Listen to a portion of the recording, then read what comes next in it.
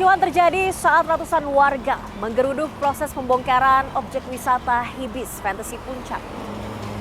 Mereka merasa tak puas karena menilai proses pembongkaran berjalan lambat. Bahkan warga sempat menyabotase alat berat milik petugas.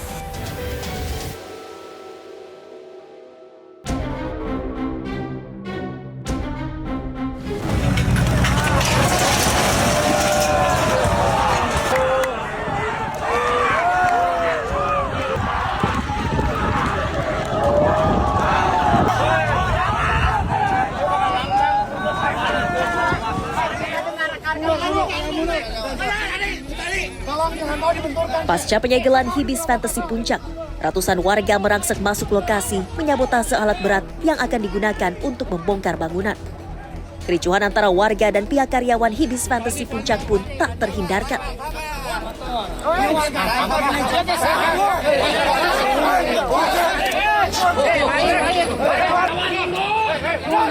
Menurut warga, Gubernur Jawa Barat Deddy Mulyadi telah meminta jajarannya untuk melakukan pembongkaran pada Kamis 6 Maret 2025. Namun sejumlah petugas Satpol PP Jawa Barat dan Pol PP Kabupaten Bogor tak kunjung membongkar, lantaran adanya penolakan dari sejumlah warga yang bekerja di lokasi wisata yang akan dibongkar.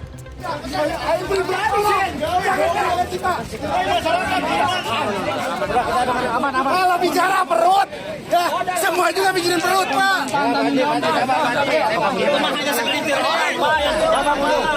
Petugas mundur. Petugas yang mundur, bukan kita yang mundur. Kita dengarkan tolong jangan mau dibenturkan, jangan mau diprovokator. Pelaksanaannya di wilayah-wilayah ini, Bapak hanya menginstruksikan kepada kepala daerah. Kepala daerahnya cara remeh ngajar wae, diem saja gitu bahasa Indonesia nama. Aing ngajedog teh bahasa Indonesia na diem saja. Itu lo bahasa Sunda mah loba ngajedog teh artina. Artinya bongkar hari ini. Bongkar hari ini. Bongkar hari ini sesuai instruksi gubernur. Sesuai instruksi Pak Gubernur, jangan sampai Pak Gubernur.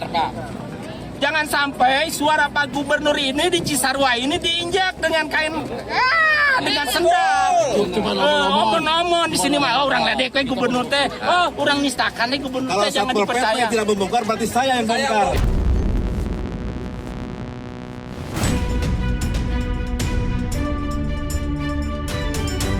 Pembangunan objek wisata di kawasan Puncak Bogor, Jawa Barat turut menuai respon dari warga asli di kawasan Puncak.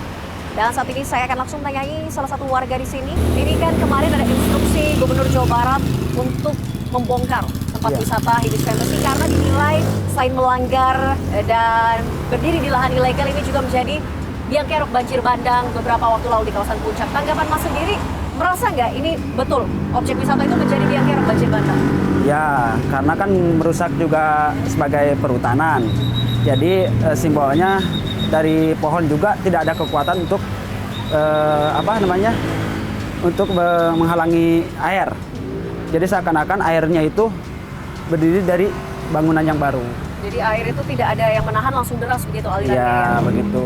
Mas sendiri tinggal di kawasan mana di Puncak? Cidokom, kalau sekarang tinggalnya Cilember. Oke, di kawasan itu waktu itu kena banjir bandang juga terdampak? Tapi alhamdulillah ke situ mah nggak ada. Cuman yang setelah ada pembangunan dari yang baru ini, saya baru pertama kali ini ngedengar ada banjir di Jaru Puncak. Sebelumnya Mas tinggal di Puncak dari tahun berapa? Emang dari dulu lahir kali. Dari lahir, berarti sudah berapa puluh tahun? 28 tahun. 28 tahun. 28. 28 tahun tinggal di Puncak dari lahir. Iya. Baru pertama kali dengar ada banjir. Ada banjir. Setelah ada pembangunan objek wisata itu. Iya, begitu. Dengan adanya pembangunan secara masif ini kan semakin banyak lahan resapan air yang dijadikan objek wisata. Mas sendiri sebagai warga asli Puncak setuju atau enggak? Ya buat saya dibongkar itu untuk saya mungkin ada manfaatnya juga ya. Lebih setuju dibongkar? Ya, lebih setuju dibongkar. Harapan Mas sendiri terhadap bangunan-bangunan yang kemudian mengurangi lahan resapan air di kawasan Puncak seperti apa? Lebih bagus, lebih baik ke depannya dikembalikan seperti semula. Dikembalikan seperti semula? Dikembalikan seperti semula, sebagaimananya. Jadi Puncak itu keindahannya itu seperti kebun teh, bukan wisata, kebun teh.